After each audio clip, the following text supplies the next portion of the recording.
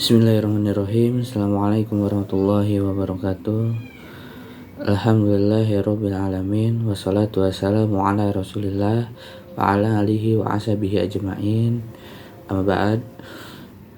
Perkenalkan, nama saya Muhammad Rafi Islam dari Prodi Teknik Sipil dengan NPM 231931002. Di sini saya ingin menjelaskan tentang teknik sipil pembangunan berkelanjutan.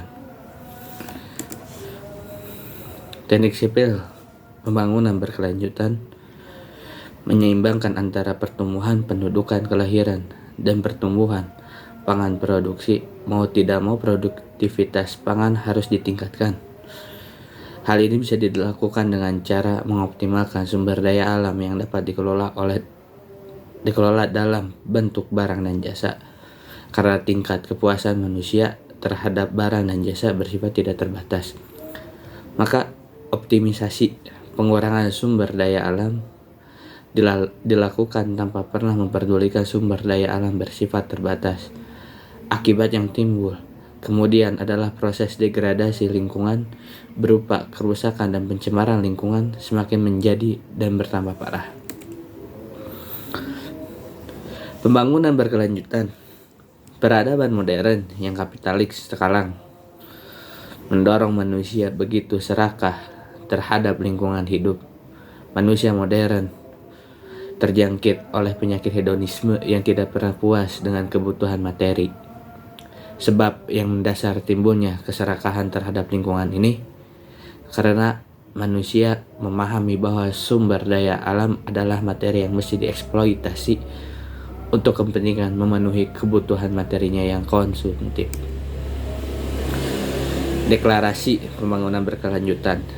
Jadi deklarasi pembangunan berkelanjutan ini sudah ada di tahun 1992, yang dimana deklarasi ini untuk menyelamatkan bumi yang didorong oleh semangat gerakan ekologi, dalam bahasa latinnya deep ecology.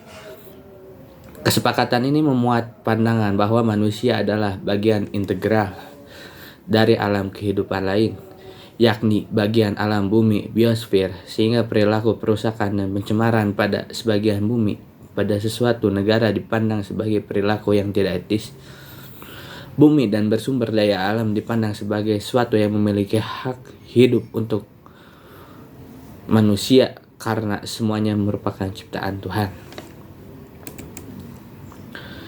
Konsep-konsep dasar pembangunan berkelanjutan, tindakan atau proses pengembangan pertumbuhan kemajuan, pembangunan yang memenuhi kebutuhan saat ini tanpa mengkompromikan kemampuan generasi mendatang untuk memenuhi kebutuhan mereka sendiri.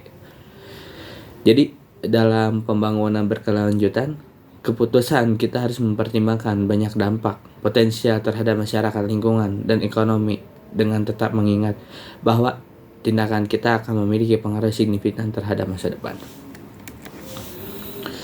Pemanfaatan SDA atau judulnya adalah Prinsip Pembangunan Berkelanjutan, yaitu pengendalian kerusakan LH, konservasi SDA, keanekaragaman hayati air, energi, dan SDA lainnya, kesesuaian peruntukan pemanfaatan fungsi lahan, tata ruang atau tata guna lahan, pengembangan nilai dukung ekosistem, peningkatan produktivitas lahan, kawasan, nilai tambah, bentuk, dan pola pemanfaatan berkelanjutan. Pengendalian pencemaran, pengelolaan limbah dan sampah. Contohnya kayak kita meminimalisasi limbah sampah atau teknologi bersih, hemat bahan baku, dan lain-lain. Pilar pembangunan berkelanjutan berasal dari ekonomi, sosial, dan lingkungan. SDA dalam pembangunan berkelanjutan, lingkungan alam yang terdiri atas air, tanah, flora, fauna, udara, atmosfer, serta energi surya yang dipasok oleh sinar matahari. Peranannya dapat dirasakan pada kemampuan penyediaan sumber bahan mentah, sumber daya alami untuk proses produksi, dan sebagai penampung limbah. Lingkungan alami ini adanya yang berkembang seperti air, mineral, dan udara yang memiliki sifat pencapaian keseimbangan melalui aliran energi dan daur ulang yang kontinu dalam suatu ekosistem. Lingkungan alam mempunyai peranan penting dalam perekonomian di dalam pembangunan berkelanjutan sebagai sumber bahan mentah, penampung, dan produksi limbah, penyediaan jasa ke lingkungan keindahan alam. Interaksi antara sosial dan sistem alam. Manusia tidak mungkin dapat bertahan tanpa lingkungan yang mampu memenuhi kebutuhan manusia. Dan hubungan aspek ekonomi, sosial, dan lingkungan pada pembangunan berkelanjutnya. Kita harus memahami dan mengelola hubungan antara sistem ekonomi dan alam adalah kunci untuk mencapai pembangunan yang berkelanjutan yang dapat memenuhi kebutuhan regenerasi saat ini tanpa mengorbankan kemampuan regenerasi mendatang.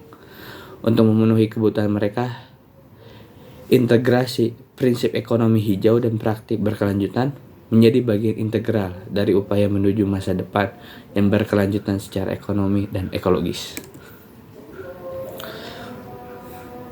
Seperti ini contohnya ada di belakang saya, hubungan aktivis manusia dan perubahan sistem. Dari manusia ke sistem alam, perubahan sistem, dan kembali lagi ke aktivitas manusia. Dan ini permasalahan kegiatan ekonomi terhadap lingkungan dan kerentanan pembangunan berkelanjutan. Dari ekstraksi menjadi eksternalitas limbah. Kerusakan alam, hilangnya keanekaragaman, tercemarnya lingkungan, gas rumah kaca, global warming.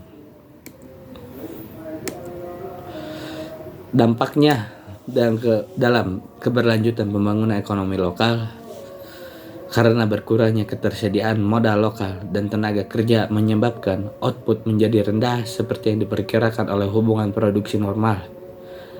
Dampak tidak langsungnya timbul karena kerusakan transportasi di utilitas umum listrik, air karena gangguan yang diakibatkan oleh kegagalan dari input infrastruktur, output turun. Kebijakan pembangunan berkelanjutan. Apabila sumber daya ini telah diketahui hak penguasanya, dampaknya, pelestarian fungsinya sumber daya alam dan jasa-jasa lingkungan, maka kegiatan ekonomi tidak lagi merupakan musuh dari ekologi atau lingkungan, tetapi akan melindungi lingkungan serta harus diberi penghargaan. Kondisi lingkungan yang baik akan meningkatkan kemampuan produksi perekonomian yang pada gilirannya mampu mendatangkan kemampuan uang untuk menjaga lingkungan serta memperbaiki taraf hidup dan kesejahteraan masyarakat. Sehingga kelestarian lingkungan mutlak diperlakukan untuk pertumbuhan ekonomi dan keberlanjutan pembangunan ekonomi dan pelestarian ekologi. Dengan kondisi yang rusak sebenarnya juga merupakan beban yang tidak ringan bagi pembangunan. Perbaikan lingkungan yang rusak akan merupakan beban yang berat dan negara yang bersangkutan. Oleh karena itu, dapat dikatakan bahwa dalam memelihara lingkungan yang baik, mau tidak mau biaya pembangunan akan menjadi lebih ringan dengan sendirinya. Yang telah dipupuk akan dapat diinvestasikan lebih jauh lagi. Hal ini jelas membutuhkan kebijakan pemerintah yang tepat. Mungkin sekian yang bisa saya sampaikan. Mohon maaf bila ada salah kata. Assalamualaikum warahmatullahi wabarakatuh.